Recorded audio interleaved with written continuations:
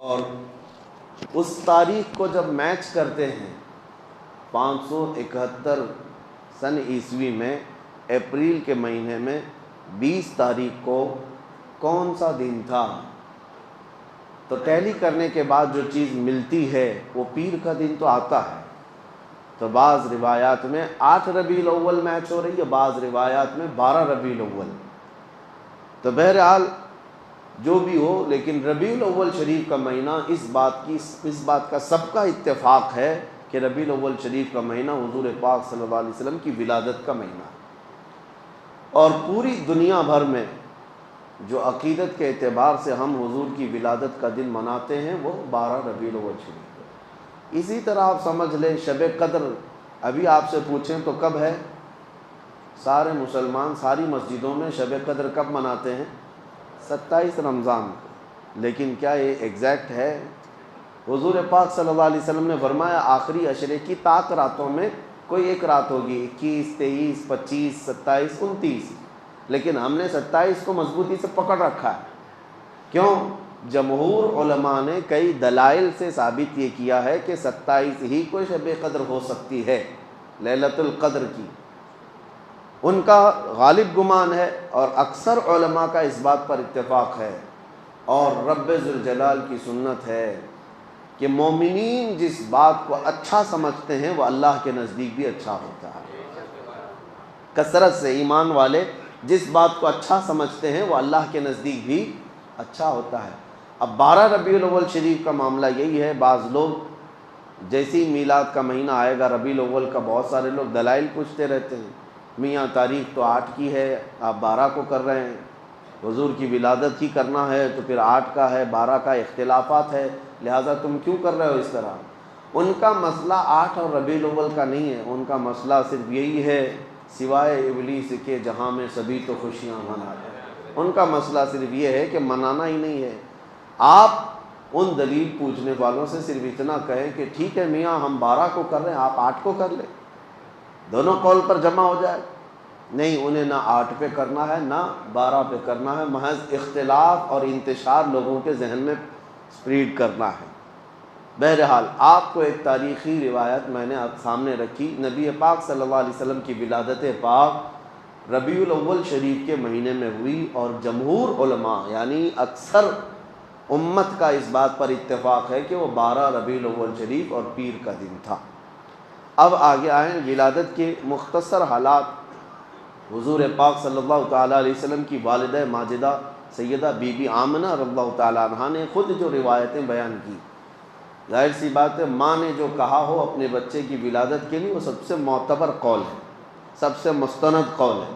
انہوں نے خود فرمایا کہ رجب کے مہینے میں حمل قرار پایا تھا، جمعہ کا دن تھا، نبی پاک صلی اللہ تعالیٰ علیہ وسلم کے حمل کو رجب کے مہینے میں قرار پایا، جمعہ کا دن تھا۔ یہ حضرت آمنہ رضی اللہ تعالیٰ عنہا کی روایات ہے، اور فرماتی ہیں حمل کے قرار پانے کے بعد کبھی بھی حضرت بی بی آمنہ فرماتی ہیں مجھے حمل کے جو درد ہوتے ہیں کبھی نہیں ہوئے، جو عام عورتوں کو ہوتے ہیں کہ کبھی پیر بوجھل ہو گئے، سر چکرانے لگ گیا، جسم بھاری ہونے لگ گیا، اس طرح کی کوئی تکلیف حضرت آمنہ فرماتی ہیں 9 مہینوں میں کبھی نہیں ہوئی۔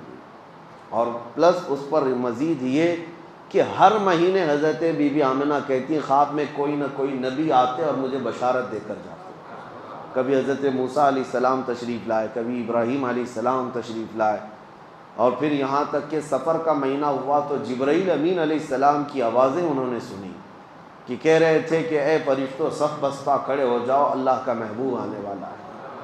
حضرت بی بی آمنہ فرماتی ربیع الاول شریف کا مہینہ ہوا تو میرے گھر پر ہمیشہ کچھ گنگنانے کی آوازیں آتی، یہ وہ حوران جنت تھیں جو حضور پاک صلی اللہ علیہ وسلم کی آمد پر خوشیاں منا رہی تھیں۔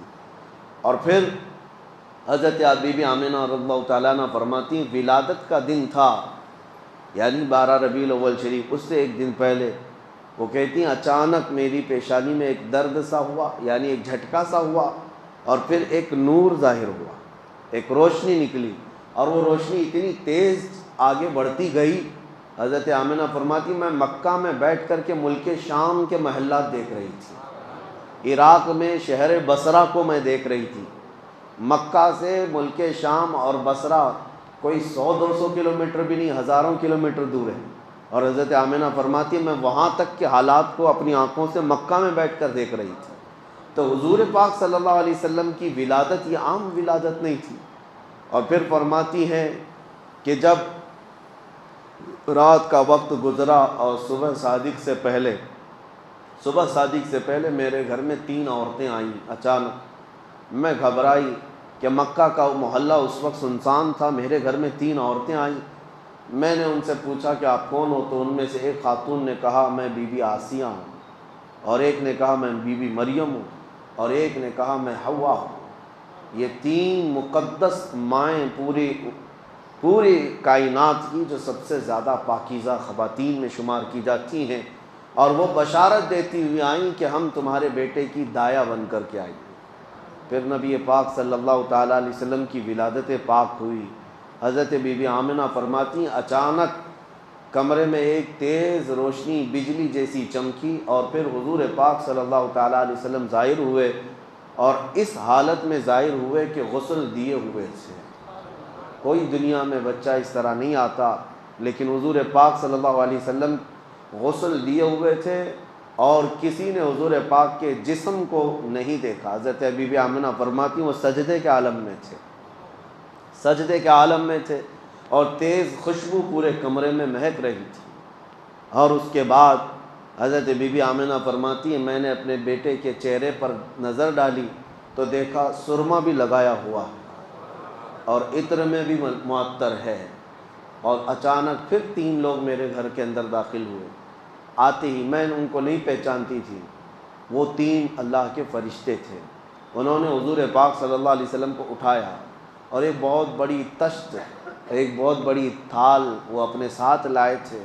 اس تھال پر حضور پاک صلی اللہ علیہ وسلم کو رکھا، ریشم کے کپڑے سے حضور پاک صلی اللہ تعالیٰ علیہ وسلم کو ملبوس کی، یعنی ایک نرم ملائم کپڑے سے حضور پاک صلی اللہ تعالیٰ علیہ وسلم کو ملبوس کیا، اور پھر جو ان کے ہاتھ میں تشت تھا اس سے نبی پاک صلی اللہ تعالیٰ علیہ وسلم پر انہوں نے پانی بہایا۔ پھر اچانک وہ غائب ہو گئے کمرے کے اندر۔ نہ حضرت بی بی آمنہ کہتی نہ میرا بیٹا ہے نہ وہ 3 لوگ ہیں۔ میں گھبرا گئی کہ اچانک یہ کیا ہو رہا ہے، اور یہ کون لوگ ہیں جو میرے بیٹے کو، میرے لال کو لے کر چلے گئے۔ تھوڑی دیر کے بعد پھر سے وہ ظاہر ہوئے، اور انہوں نے کہا مبارک ہو سیدہ آمنہ، تمہارے گود میں اللہ کا محبوب آرام کر رہا ہے، اللہ کا محبوب تمہیں دیا گیا ہے، اور ہم اس محبوب رب کائنات کو لے کر کہاں گئے تھے؟ فرماتے اللہ کا حکم تھا کہ سارے عالموں کو حضور پاک صلی اللہ تعالیٰ علیہ وسلم کو لے جا کر دکھا دیا جائے، اور سب جگہ اعلان کر دیا جائے کہ اب رب کا محبوب آیا ہے، جہاں جہاں رب کی خدائی ہوگی وہاں میرے محمد کی مصطفائی ہوگی۔ اعلان کرایا گیا اور ملأ اعلیٰ میں لے جایا گیا۔ جتنی کائنات کے حصے تھے نبی پاک صلی اللہ علیہ وسلم کو آنے واحد میں ملائکہ نے سیر کرائی، اور واپس لا کر حضرت بی بی آمنہ کی گود میں رکھ دیا۔ یہ تھی ولادت کے معاملات۔ ولادت عام طریقے سے نہیں ہوئی۔ میرے عزیزو، ہمارے اور تمہارے گھروں میں پیدا ہونے والے بچوں کے ہر سال ہم جنم دن منا لیتے ہیں، جبکہ ان کا کوئی بھروسہ نہیں کس طرح پیدا ہوئے اور کیا بننے والے ہیں۔ لیکن اس کائنات کے عظیم آقا محمد رسول اللہ صلی اللہ علیہ وسلم، جن کا دنیا میں آنا بھی سب سے نرالا اور جن کا پیدا ہونا بھی سب سے پاکیزہ، ان کی حیات اعلیٰ، ان کی ممات اعلیٰ، ان کی زندگی اعلیٰ، ان کی وفات بھی اعلیٰ، نبی پاک صلی اللہ تعالیٰ علیہ وسلم کا آنا سب سے انوکھا اور سب سے نرالا تھا۔ اس لیے پوری کائنات کو چاہیے کہ وہ یادیں ہمیشہ قائم رکھیں۔ یہ حضور صلی اللہ علیہ وسلم کی سیرت کا باب ہے۔ بچوں کو بھی یہ ٹرانسفر کرنا ضروری ہے، یہ نقل کرنا ضروری ہے کہ حضور پاک صلی اللہ علیہ وسلم کس طرح پیدا ہوئے تھے۔ ادھر ادھر کی کہانیاں سنانے سے بہتر ہے کہ میرے مصطفیٰ کی سیرت بچوں میں منتقل کی جائے۔ اللہ کریم نبی پاک صلی اللہ تعالیٰ علیہ وسلم کی سیرت پاک کے سچے گوشوں پر ہمیں عمل کی توفیق نصیب فرمائے، اور ہمارے سینوں کو رب تعالیٰ حضور کی سیرت سے جگمگائے اور روشن و تابناک فرمائے۔ وآخر دعوانا الحمد للہ رب العالمین۔ السلام علیکم۔